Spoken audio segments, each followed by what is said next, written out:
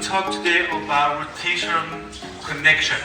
The idea in our dance, we have a lot of contrast, stretch and compression, but we can also use rotational connection in our spine to create tension and compression on stretch.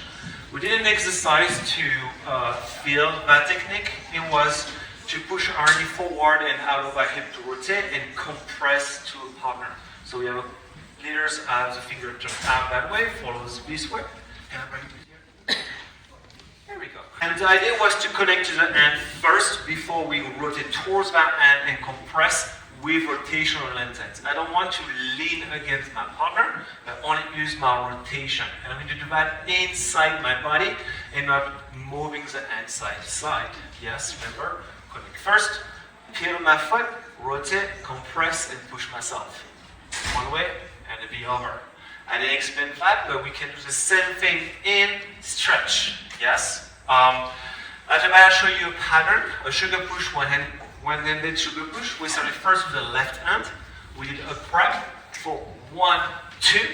And now I'm going to rotate, keep my hand on the left side, compress rotation, stay in my rotation, and finish my movement. One more time. 1, 2, 3, and 4, 5, and 6, and 1, 2, 3, and 4, 5, and 6. So next one was opposite hand, right hand to left hand. We did 1, 2, 3, and 4, 5, and 6. To the other side. So I did the same thing. I did my prep for 1 and start to rotate in on 2. So the connection will happen a lot sooner than usual with the 2 and.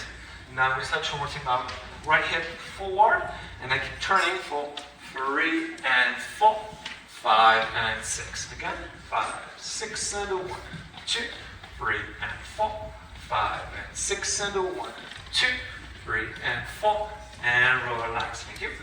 Also, about weight change, about the head movement. To make sure to don't let the head pass your toes and your feet.